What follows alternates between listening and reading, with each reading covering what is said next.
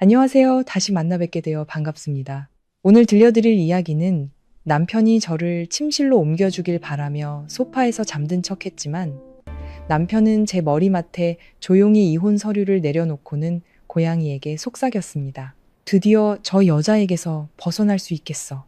늦가을 서울의 밤을 적시는 차가운 비가 베란다 창문에 부딪히며 스산한 소리를 냈습니다. 뼛속까지 파고드는 냉기가 창문 틈새로 스며들었죠. 벽시계는 정확히 밤 11시 45분을 가리키고 있었습니다. 저 강서연은 거실 소파 위 얇은 담요를 두른 채 웅크리고 있었어요. 꼭 감은 두 눈 사이로 신락 같은 틈만 남겨둔 채로요. 저는 남편 박준호를 기다리고 있었습니다. 평소에 저는 일에 미쳐 사는 여자, 숫자와 실적에 둘러싸여 정신없이 사는 마케팅 팀장이었지만 오늘은 우리의 5주년 결혼 기념일이었습니다. 아침부터 집안을 깨끗이 청소하고 남편이 가장 좋아하는 하얀 백합을 꽃병에 꽂아두었죠. 문득 어린아이처럼 어리광을 부리고 싶어졌습니다. 소파에서 깜빡 잠이 든 척하면 준호 씨가 들어와 저를 보고 안쓰러워하며 다정한 잔소리를 몇 마디 건네고는 우리가 가난했지만 사랑으로 뜨거웠던 그 시절처럼 저를 가볍게 안아 침실로 데려다 주길 바랐습니다. 띠리릭, 도어록이 열리는 소리가 들렸고 제 심장이 가볍게 두근거리기 시작했습니다. 저는 숨소리를 조절하며 깊이 잠든 사람처럼 보이려 애썼습니다. 문이 열리고 차가운 밤 공기와 함께 희미하고 익숙한 와인 향이 밀려 들어왔습니다. 준호 씨의 발소리가 현관에서 멈췄습니다. 그가 구두를 벗고 나무 바닥을 밟는 소리가 들렸고 발걸음은 제 쪽으로 다가왔습니다. 저는 남편의 단단한 팔이 그 익숙한 온기가 저를 안아올리기를 초조하게 기다렸습니다. 하지만 준호 씨는 소파 옆에 멈춰 섰을 뿐 저를 건드리지 않았습니다. 머리를 쓰다듬어 주지도 안타까운 한숨을 내쉬지도 않았죠. 대신 서류가 바스락거리는 소리가 들렸습니다. 그가 제 머리맡 유리 테이블 위에 무언가를 올려놓았습니다. 아주 가벼운 소리였지만 고요한 밤에는 모든 것이 선명하게 들렸죠. 그때 애교 섞인 고양이 울음소리가 들렸습니다. 나비였어요. 준호 씨가 지난주에 데려온 브리티시 쇼트 헤어였죠. 결혼기념일 선물이라며 제가 출장 갈 때 외롭지 않게 해줄 거라고 했습니다. 준호 씨는 몸을 숙여 나비를 안아 올렸습니다. 그리고 바로 그 순간 제 귓가에 아무런 감정도 실리지 않은 차갑고 낮은 목소리가 울려 퍼졌습니다. 착하지. 조금만 더 참아. 아가. 네 엄마가 아들 낳으면 아빠가 두 사람 다 여기로 데려올게. 드디어 저 여자에게서 벗어날 수 있겠어. 제 심장을 보이지 않는 손이 꽉 움켜쥐는 것만 같았습니다. 피가 멎고 숨이 멎는 듯한 고통이었죠. 주변의 모든 것이 얼어붙었습니다. 저는 온몸이 뻣뻣하게 굳은 채 담요의 부드러운 천을 피가 배어 나올 정도로 세게 움켜쥐었습니다. 눈을 뜰 수도 숨을 크게 쉴 수도 없었습니다. 작은 움직임 하나에도 이 끔찍하고 잔인한 현실이 저를 질식시킬 것만 같았기 때문입니다. 저 여자에게서 벗어나 두 사람을 데려와. 지난 5년간 제 곁을 지켰던 남자가 내뱉은 한마디 한마디가 녹슨 칼날이 되어 제 가슴을 후벼 팠습니다. 제가 이 가정을 위해 쌓아 올린 모든 믿음과 희생을 갈기갈기 찢어 놓았죠. 준호 씨는 자리를 떴습니다. 슬리퍼 끄는 소리가 멀어지더니 욕실 문 뒤로 사라졌고 이내 샤워기에서 물이 쏟아지는 소리가 들렸습니다. 그제야 저는 천천히 눈을 떴습니다. 온몸이 사시나무처럼 떨렸습니다. 창밖의 추위는 제 핏줄을 타고 흐르는 얼음장 같은 냉기에 비할 바가 아니었죠. 저는 몸을 일으켜 앉았습니다. 시선은 곧장 준호 씨가 테이블 위에 올려놓은 것에 고정되었습니다. 희미한 조명 아래 굵고 진한 글씨가 제 눈에 무자비하게 밝혀들었습니다. 협의 이혼 의사 확인 신청서. 저는 떨리는 손으로 서류를 집어들었습니다. 손이 너무 떨려 종이가 파르르 울렸죠. 오른쪽 하단에는 준호 씨의 서명이 이미 자리 잡고 있었습니다. 아직 마르지 않은 푸른 잉크 자국이 선명했습니다.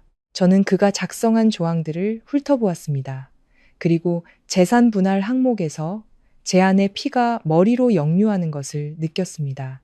공동재산인 강남 소재 아파트 및 자동차 2대의 가치 중 남편 박준호가 70%를, 아내 강서연이 30%를 분할한다. 사유. 아내는 과도한 업무로 아내와 며느리로서의 의무를 소홀히 하였고 임신이 불가능하여 남편 측에 정신적 고통을 안겨주었음. 허수음이 터져 나왔습니다. 메말은 목구멍에서 찢어지는 듯한 씁쓸한 웃음이었습니다. 의무를 소홀히 해. 임신 불가능. 재산의 70%. 5년 전 준호 씨는 월급으로 월세 내기도 벅찬 무명 건축가였습니다. 바로 저, 강서연이 청춘을 바쳐 모은 모든 돈과 인맥을 동원해 그를 끌어올렸고 그에게 개인 설계 사무소를 차려주었습니다. 이 아파트, 저 2대의 외제차, 벽돌 한 장, 타이어 하나까지 모두 제 땀과 눈물이었습니다. 실적을 위해 밤을 새우고 과로로 쓰러져 병원에 실려가기도 했죠. 그런데 이제 와서 박 대표라는 직함이 번지르르해지고 명품 정장을 걸치게 되자 그는 제게 바쁘다는 핑계를 대고 아이를 낳지 못하는 독초라며 모욕하고 제가 피땀 흘려 이룬 재산의 70%를 태연히 빼앗아 다른 여자와 그 여자가 낳은 아이를 이 집에 들일 준비를 하고 있었던 겁니다. 저는 소파에 미동도 없이 앉아 있었습니다. 이상하게도 극심한 충격 뒤에는 눈물이 나오지 않았습니다. 여자는 얕은 배신을 당하면 소리치고 핥히지만 배신이 인간성의 최하층까지 닿으면 눈물 대신 섬뜩할 정도의 침착함이 모든 것을 휩쓸 폭풍전의 고요함이 찾아오는 법이죠. 테이블 밑에서 나비가 슬그머니 나와 제 다리에 잿빛털을 비볐습니다. 저는 고개를 숙여 그 동물을 바라보았습니다. 값비싼 수입 고양이였죠. 준호 씨는 이 고양이를 데려오며 말했습니다. 요즘 당신 스트레스가 너무 심한 것 같아서 고양이라도 있으면 집에 활기가 돌겠지. 저는 손을 뻗어 나비를 안아 올렸습니다. 녀석은 불쾌한 듯 울더니 저를 핥히려 했습니다. 집에 온 이후로 나비는 단 한 번도 제게 안기려 하지 않았고 오직 준호 씨만 따랐습니다.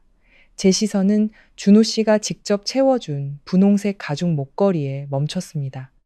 작은 하트 모양 펜던트가 달린 특별 제작된 목걸이였죠. 저는 펜던트를 풀어 조명 아래에서 자세히 들여다보았습니다. 뒷면에는 아주 작고 정교한 레이저 각인이 새겨져 있었습니다. 아빠 준호와 엄마 유나의 작은 딸에게 남동생이 태어나길 기다리며 유나, 그 이름이 제 머릿속에서 천둥처럼 울렸습니다. 이유나, 3개월 전 준호 씨 회사의 새로운 비서였습니다. 22살의 가녀린 몸매에 상냥한 말투, 제가 회사에 들를 때마다 서연 사모님 존경합니다라며 고개 숙여 인사하던 여자. 그 존경합니다라는 말 뒤에는 침대 위에서의 추악한 거래와 이미 자라나고 있는 아이, 그리고 제 모든 것을 빼앗으려는 음모가 숨어 있었던 겁니다. 지난 몇 달간의 일들이 완벽하게 그리고 잔인할 정도로 논리적으로 연결되었습니다. 한 달 전 매일 아침 요가원에 다니실 만큼 건강했던 시어머니 김영희 여사께서 갑자기 허리가 아프다고 하셨습니다. 준호 씨는 어머니를 병원에 모시고 갔죠.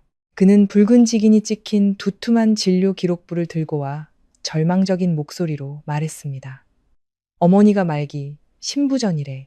의사가 당장 신장이식을 받지 않으면 3개월밖에 못 사신다고 했어.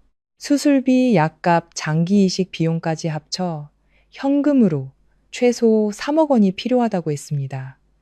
그때 저는 얼마나 가슴 아팠던가요? 시어머니가 저를 탐탁지 않게 여기고 남편 기를 죽이는 드센 여자라며 비아냥거렸어도 저는 그분을 가족으로 여겼습니다. 제 홍보회사의 지분을 팔고 비상금으로 모아둔 예금을 모두 해지해서라도 3억 원을 마련해 준호 씨에게 드리려 했습니다. 이제와 생각하니 저는 탐욕스러운 하이에나들 손바닥 위에서 춤추는 어리석은 꼭두각시에 불과했습니다. 신부전증 같은 건 없었습니다.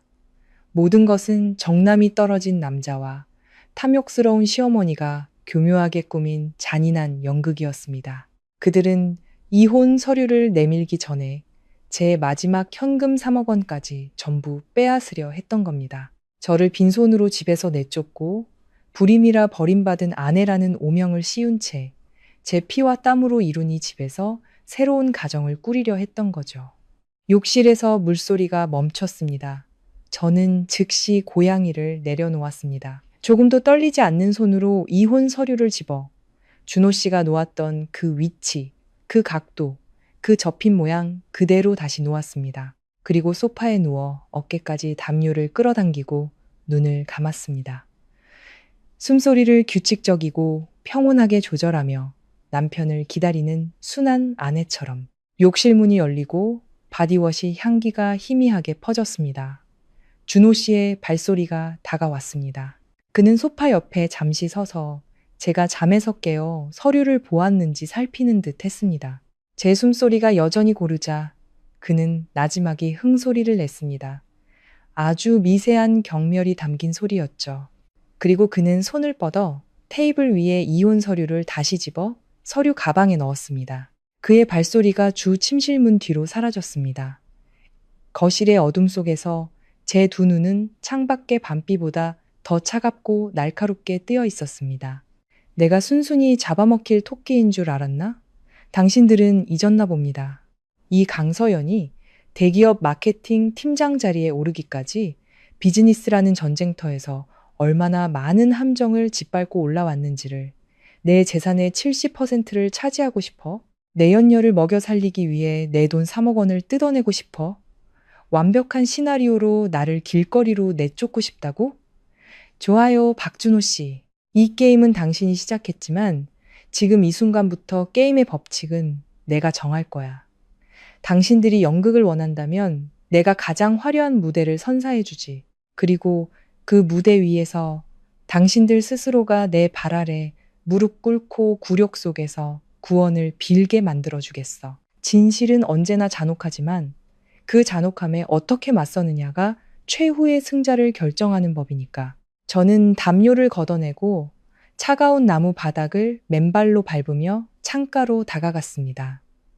유리창에 부딪혀 산산조각 나는 빗방울들을 보며 제 입가에 고요한 미소가 번졌습니다. 오늘 밤이 이 썩어빠진 결혼 생활을 위해 강서연이 흘리는 마지막 눈물이다. 내일부터 나는 내 손으로 아주 아름다운 무덤을 파서 이 집안의 모든 거짓을 묻어버릴 것이다. 다음 날 아침, 새로운 날의 희미한 빛이 이중 암막 커튼을 뚫고 들어올 때 잠에서 깼습니다. 부엌에서는 원두커피 향과 계란 프라이 냄새가 풍겨왔습니다. 해군색 앞치마를 두른 준호 씨가 나무 주걱을 들고 콧노래를 흥얼거리고 있었습니다. 만약 24시간 전에 강서연이었다면 저는 달려가 그의 등을 껴안고 익숙한 향기를 맡으며 세상에서 가장 행복한 여자라고 느꼈을 겁니다. 하지만 지금 그 넓은 등을 보니 역겨움에 속이 울렁거렸습니다. 저는 심호흡을 하고 실크 가운을 걸친 채 평소처럼 피곤하고 졸린 표정으로 방을 나섰습니다. 준호 씨는 돌아서며 거짓의 주름 하나 없는 완벽하고 환한 미소를 지었습니다. 자기 일어났어? 어제 너무 피곤했나 봐.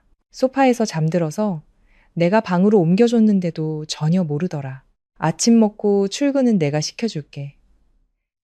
요즘 너무 마른 것 같아서 마음이 아파.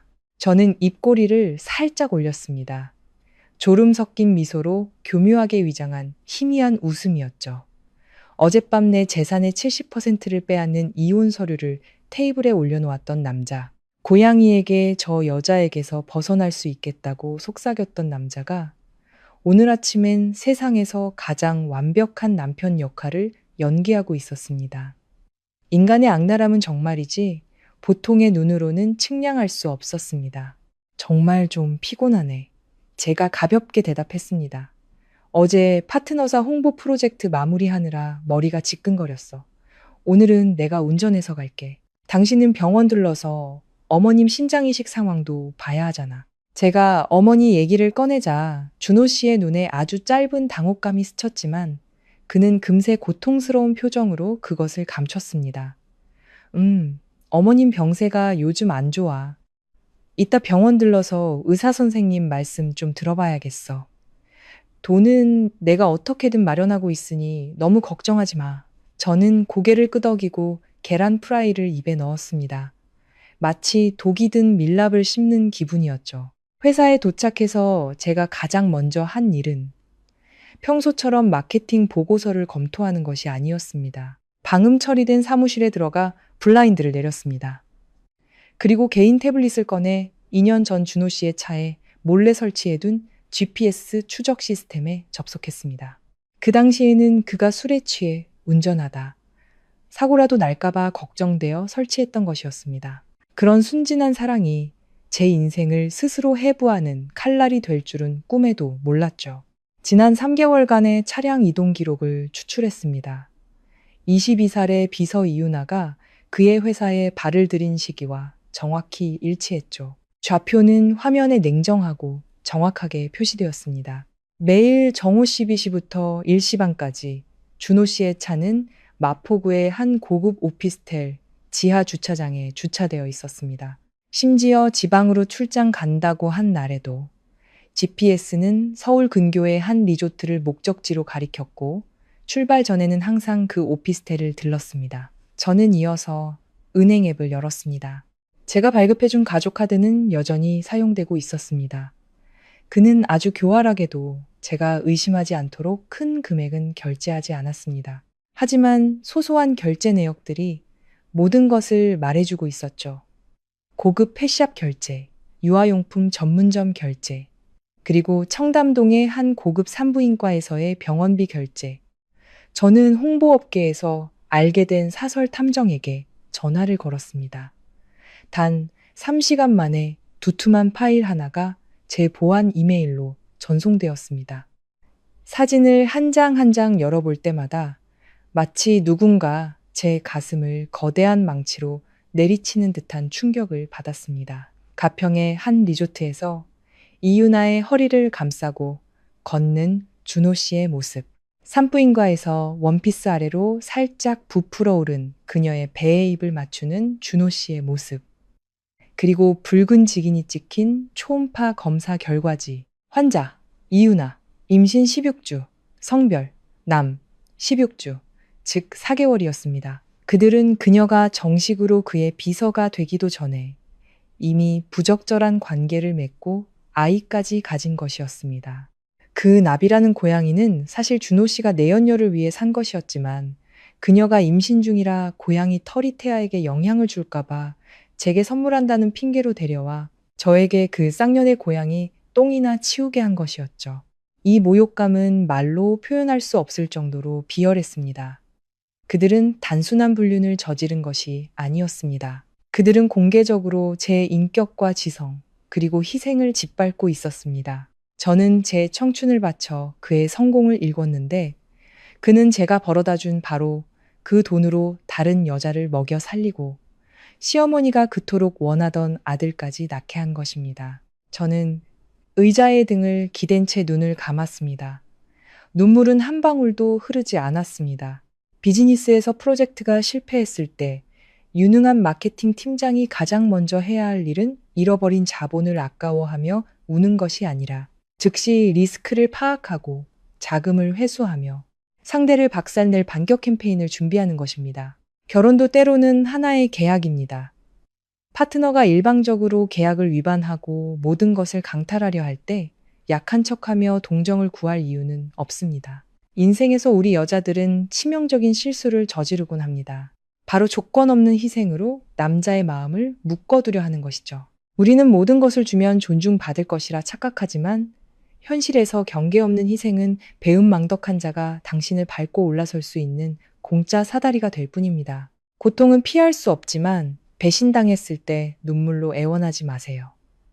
눈물은 비열함을 씻어낼 수 없습니다. 오직 냉철함과 당당함만이 당신에게 원래 속해 있던 왕관을 되찾아 줄 것입니다. 저는 노트북을 닫았습니다. 입가에 죽음처럼 차가운 미소가 걸렸습니다. 이 불륜 게임은 빙산의 일각에 불과했습니다. 그들이 이토록 거창한 연극을 준비했다면 독사의 독은 분명 배신이라는 두 글자에만 머물러 있지 않을 겁니다. 오후 5시 정각. 저는 가방을 챙겨 회사를 나섰습니다. 꽃집에 들러 아름다운 난초 화분과 수백만 원짜리 최고급 영양제 세트를 샀죠. 저는 시어머니의 말기 신부전증을 극도로 걱정하는 효심 깊은 며느리 역할을 하고 있었습니다. 서울중앙의료원 VIP 병실에 들어서자 소독약 냄새가 코를 찔렀습니다. 침대 위에는 김영희 여사께서 눈을 감고 얼굴을 찡그린 채 누워 계셨습니다. 준호 씨는 그 옆에 앉아 부드럽게 어머니의 다리를 주무르고 있었습니다. 제가 들어서는 것을 보자 김 여사께서는 즉시 눈을 뜨셨고 신음소리도 한층 더 절절해졌습니다. 서연이냐 얘야. 아이고 나 죽겠다. 이 어미는 이제 손주 얼굴도 못 보고 가나 보다. 김 여사께서는 손을 들어 마른 눈가를 닦는 신용을 하며 숨이 넘어갈 듯한 목소리로 말씀하셨습니다. 저는 다가가 그분의 손을 잡고 제가 지어낼 수 있는 가장 비통한 표정으로 말했습니다. 어머님, 그런 말씀 마세요. 의사 선생님께서 돈만 있으면 신장 이식 받고 건강해지실 수 있댔어요. 제가 제 이름으로 된 경기도 땅도 금매로 내놓고 적금도 다 깼어요. 3억이 아니라 10억이라도 어머님은 꼭 살려야죠. 어머님은 걱정 마시고 푹 쉬세요. 3억과 땅 매매라는 말을 듣자 김 여사님의 눈 깊은 곳에서 탐욕의 불꽃이 번뜩이는 것을 똑똑히 보았습니다. 비록 고통스러운 표정으로 그것을 감추려 했지만요. 옆에 서 있던 준호 씨도 아주 가볍게 안도의 한숨을 쉬었습니다. 그는 주머니에 손을 넣고 따뜻한 목소리로 말했습니다. 우리 아내 고생이 많네. 당신이 이렇게 챙겨주니 내가 한시름 놓아. 어머님은 당신 같은 며느리 둬서 정말 복 받으신 거야. 복? 그래요? 당신들 집안의 가장 큰 복은 내가 어리숙한 양인 줄 아는 것이겠죠. 저는 30분 정도 더 머물며 물을 따라드리고 오렌지를 까드리며 헌신적인 며느리 역할을 완벽하게 소화했습니다. 그리고 부동산 중개인을 만나 땅 매매 가격을 빨리 확정 지어야 한다는 핑계로 병실을 나왔습니다. VIP 병실 문을 나서자마자 제 입가에 상냥한 미소는 순식간에 사라지고 그 자리에는 빙산처럼 차가운 표정이 자리 잡았습니다. 저는 주차장으로 가지 않고 병원 본관 6층으로 향했습니다. 그곳에서 내과 과장인 황 부장님을 만났습니다. 그는 2년 전 저희 홍보회사가 언론위기 대응을 성공적으로 처리해준 VIP 고객이었죠. 서연 씨, 부탁하신 김영희님, VIP 사무실 환자분 기록 확인해봤습니다. 황 부장님은 안경을 고쳤으며 다소 난처한 표정으로 원본 기록 파일을 제게 건넸습니다. 제가 직접 내부 시스템으로 다시 확인해봤는데 어떤 의사가 서연 씨 남편분께 그 말기 신부전 진단서를 드렸는지 모르겠지만 그건 명백히 위조된 서류입니다. 저는 파일을 받아들었습니다. 심장 박동은 여전히 가장 안정적인 상태를 유지하고 있었죠. 그럼 어머님의 진짜 병명은 뭔가요, 부장님? 황 부장님은 한숨을 쉬었습니다. 가벼운 요로 감염과 아주 작은 크기의 신장 결석이 있으십니다. 약물 치료 몇 주면 완치될 수준이에요. VIP실에 입원하신 것도 좀 이상하더군요. 아마 보호자가 쇠약하다는 이유로 입원 치료를 요청한 것 같은데 신장 이식이나 혈액 투석은 전혀 필요 없는 상태입니다. 그 신부전 진단서는 아주 정교하게 조작된 포토샵 결과물입니다. 저는 고개를 끄덕이며 입꼬리를 살짝 올렸습니다. 알겠습니다. 고맙습니다, 부장님. 이 일은 비밀로 해주세요. 제가 여기 온 적 없는 것처럼요. 과장실을 나와 저는 텅 빈 복도 벽에 등을 기댄 채 손에 든 복사본 파일을 꽉 쥐었습니다. 말기 신부전, 3억 원의 이식 비용. 바로 제 남편과 시어머니가 연출한 소름 끼치는 완벽한 사기극이었습니다. 그들은 제 동정심을 자극하기 위해 진단서를 위조하고 VIP실을 빌려 매일 연기까지 하는 치밀함을 보였습니다. 그들은 제가 돈이 많고 돈 버는 능력이 뛰어나다는 것을 알기에 저를 문 밖으로 쫓아내고 내연녀와 사생활을 들이기 전에 제 마지막 한 푼까지 짜내려 했던 겁니다. 그들이 제가 3억 원을 순순히 넘겨줄 거라 생각했을까요? 아니요. 강서연은 당신들에게 3억, 아니, 그 이상을 줄 겁니다. 하지만 그건 생명을 구하는 돈이 아니라 독을 바른 올가미가 될 것입니다. 저는 당신들의 끝없는 탐욕을 이용해 거대한 신용의 덫을, 당신들 모두가 시어머니부터 그 비열한 남편까지 피를 토하며 이래도 평생 갚지 못할 빚의 함정을 만들어줄 겁니다. 저는 휴대폰을 꺼내 회사 법무팀에 메시지를 보냈습니다. 미래 발생 자산담보 설정 및 위약금 관련 독소 조항이 포함된 개인 금전 소비대차 계약서를 준비해 주세요. 아주 철저하게. 휴대폰을 주머니에 넣고 저는 하이힐을 신고 걸었습니다. 병원 바닥에 부딪히는 구두 소리가 차갑고 단호하게 울려 퍼졌습니다. 그들은 제 피를 빨아먹으려 했지만 치명적인 사실 하나를 잊었습니다. 제 자산은 현금에만 있는 것이 아니라 바로 그가 대표로 있는 그 회사의 경제적 발톱에도 있다는 것을요. HK 건축 디자인. 제가 준호 씨를 위해 얼마나 많은 땀과 눈물, 그리고 피를 쏟아부어 세운 소중한 회사인가. 그 당시 그는 설계도 뿐이었고, 저는 전략과 고객, 그리고 계약을 성사시키는 협상 능력을 가지고 있었습니다.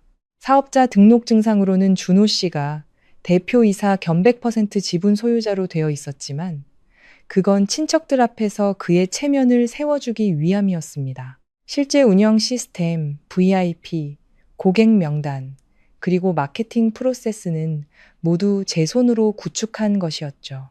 제가 남편의 회사를 확인하기 위해 뒷문을 사용하게 될 날이 올 줄은 꿈에도 몰랐습니다. 하지만 오늘 밤 모든 직원이 퇴근한 후 저는 HK 사무실로 차를 몰았습니다. 건물경비원은 저를 알아보고 즉시 고개를 숙였습니다. 사모님, 셔터 내릴 시간인데 오셨습니까? 박 대표님은 6시에 퇴근하셨습니다. 저는 상냥하게 미소 지었습니다. 아, 제가 중요한 서류를 대표님 방에 두고 와서요. 금방 가지고 갈게요. 아저씨는 계속 일 보세요. 대표실에 들어서자 어두운 공간은 창밖, 가로등, 불빛으로만 희미하게 밝혀져 있었습니다. 저는 그의 책상 앞으로 다가가 컴퓨터를 켰습니다. 그의 컴퓨터 비밀번호도 이메일 비밀번호도 저는 알고 있었습니다. 자만심에 찬 사람들은 늘 방심하기 마련이죠. 그들은 한 여자의 감정을 지배하면 그녀의 예민함까지 통제할 수 있다고 착각합니다. 저는 회사 설립 초기에 제가 심어둔 신뢰하는 IT 전문가가 만든 숨겨진 코드를 이용해 준호 씨의 2단계 보안을 손쉽게 뚫었습니다. 화면에 나타난 내용은 준호 씨에 대한 제 경멸감을 바닥까지 끌어내렸습니다. 지난 6개월간 HK의 매출은 심각하게 감소했다고 보고되었습니다. 준호 씨는 늘 제게 경제가 어렵고 부동산 시장이 얼어붙어 고객이 없다고 불평했습니다. 심지어 그는 제 홍보회사에서 직원들 월급 줄 돈을 지원해달라고까지 했습니다. 저는 그를 믿고 적지 않은 돈을 송금했죠. 하지만 진실은 어땠을까요? 화면에는 HK가 수주한 수많은 설계 계약서와 VIP 고객 명단이 낯선 이메일 주소로 조용히 전달된 기록이 가득했습니다. 저는 수신기업 정보를 추적했습니다. 유나 디자인 주식회사. 4개월 전 설립된 신생회사였습니다. 법인 대표는 이유나 자본금은 50억 원. 정말이지. 완벽한 도둑질 시나리오였습니다. 준호 씨는 제게 바람을 피운 것뿐만 아니라 내연녀와 공모하여 페이퍼 컴퍼니를 세운 것이었습니다. 그는 HK의 자원, 지적 재산, 고객 명단, 심지어 독점 디자인까지 빼돌려 유나 디자인 이름으로 계약하여 100%의 이익을 착복하고 동시에 제가 지분을 투자한 HK는 속 빈 강정으로 만들고 있었습니다. 그는 제 코앞에서 정교한 방식으로 자산을 빼돌리고 있었던 겁니다. 그는 이혼할 때쯤이면 HK가 빚더미에 앉은 껍데기만 남게 하고 자신과 그 내연녀는 새로운 회사에서 막대한 현금을 챙기려 한 것이죠. 저는 암호화된 USB를 컴퓨터에 꽂아 이메일 전송 기록, 도용된 설계 계약서, 그리고 특히 HK 계좌에서 유나 디자인으로 외주 설계비 지급 명목으로 이체된 내역까지 전부 복사했습니다. 어둠 속에서 울리는 제 마우스 클릭 소리는 마치 칼날을 가는 소리처럼 차갑게 울려 퍼졌습니다. 내 돈을 훔치는 건 쉬웠을지 몰라도 내 지적 재산을 훔치고 비즈니스 세계에서 나를 속이려 한 건 박준호 씨, 당신이 상대를 잘못 골라도 한참 잘못 골랐어요. HK의 핵심 디자인 샘플들의 저작권은 모두 2년 전 제 개인 이름 강서연으로 조용히 등록해 두었으니까. 당신이 그걸 다른 회사 이름으로 계약했다는 건 지적 재산권 침해 및 사기 혐의로 형사처벌을 받을 수 있다는 뜻이죠. USB를 뽑고 저는 모든 접속 흔적을 지웠습니다. 불을 끄고 사무실을 나오며 제 마음은 완전히 달라져 있었습니다. 엘리베이터에서 나와 서울의 밤하늘을 올려다보았을 때 저는 문득 깨달았습니다. 어둠은 무서운 것이 아니라고. 정말로 무서운 것은 누가 어둠 속에 숨어 당신을 찌를 칼을 들고 있는지 모르는 것이다. 하지만 일단 불을 켜고 그 비열함의 주름 하나하나를 똑똑히 보게 되면 모든 것은 그저 체스 게임에 불과하다. 이제 저는 눈먼 사랑에 빠진 바보 역할을 다시 연기하며 그들을 가장 화려하게 지옥으로 보내줄 시간이었습니다. 다음 날 아침, 저는 퀭하고 퉁퉁 부은 눈으로 집에 돌아왔습니다. 운 것이 아니라 제 변호인단과 함께 법적인 허점이 없는 완벽한 그물을 짜기 위해 밤을 새웠기 때문이죠. 집에 들어서며 머리를 헝클어뜨리고 숨을 헐떡이며 기진맥진한 모습으로 들어갔습니다. 준호 씨는 거실에서 차를 마시고 있었습니다. 제 초췌한 모습을 보자 그는 즉시 일어나 제 어깨를 부축하며 완벽할 정도로 걱정스러운 표정을 지었습니다. 서연아, 왜 그래? 어젯밤 어디 갔었어? 전화도 안 받고. 그가 걱정스럽게 말했습니다. 그는 저를 품에 안았고 저는 그의 가슴에 얼굴을 묻었습니다. 그의 옷깃에 묻은 낯선 향수 냄새에 치밀어 오르는 구역질을 애써 참으며 저는 제 인생 최고의 연기를 시작했습니다. 저는 고개를 들었습니다. 미리 손가락에 묻혀 눈가에 살짝 바른 연고 덕분에 눈에는 눈물이 그렁그렁했습니다. 준호 씨? 어머님 구할 돈 마련했어요. 제가 목이 메인 목소리로 말하며 그의 손을 꽉 잡았습니다. 어제 중개인 만나서 경기도 땅 급매로 처분했어요. 그들이 가격을 엄청 후려쳤어요. 거의 3분의 1이나 손해봤지만 상관없었어요. 당장 어머님 신장이식 수술비만 마련할 수 있다면 얼마든 팔 수 있었어요. 제 차까지 담보로 잡아서 총 3억 5천만 원을 계좌에 넣어뒀어요. 3억 5천만 원이라는 숫자를 듣자 준호 씨의 얼굴 근육이 미세하게 경련했습니다. 그의 눈은 숨길 수 없는 탐욕의 빛으로 번쩍였습니다. 그는 저를 꽉 껴안으며 거의 울먹이는 목소리로 말했습니다. 세상에, 서연아, 당신이 이 가정을 위해 너무 많은 희생을 하는구나. 어머님이 당신이 재산을 팔아서까지 자기를 구하려는 걸 아시면 평생 고마워하실 거야. 나는 정말 쓸모없는 놈이야. 남자 구실도 못하고 아내가 이렇게 고생하게 만들고. 그는 자책하는